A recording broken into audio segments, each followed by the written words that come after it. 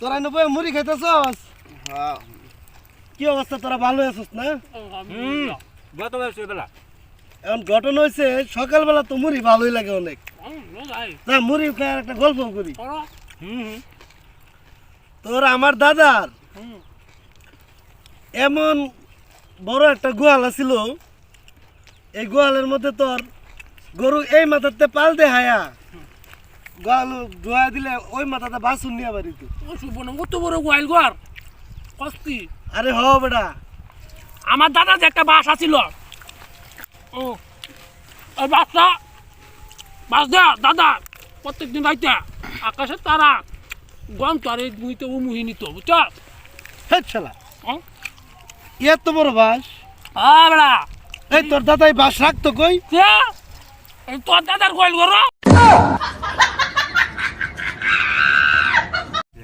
আমি তো গল্প শেষ। আমার একটা গল্প আছে, আমি কই। আমার দাদার জমিতে একটা মরিচ গাছ হয়েছিল। এই মরিচ গাছটা চাষ করে একটা মরিচ পাইছে। এই মরিচটা এত বড় হয়েছিল যে মরিচটা 7টা জাহাজ দিয়েও নেন যাইতো না, এত বড়। হ্যাঁ তোমার মরিচ ঘরে কষ্ট নাকি? এই মরিচ কি করছে, আমার দাদা এই মরিচটা ভাঙ্গাইয়া তগর মতো যারা গল্প করছে তাগর পুটকির মধ্যে ডইলা দিতে দিতে শেষ।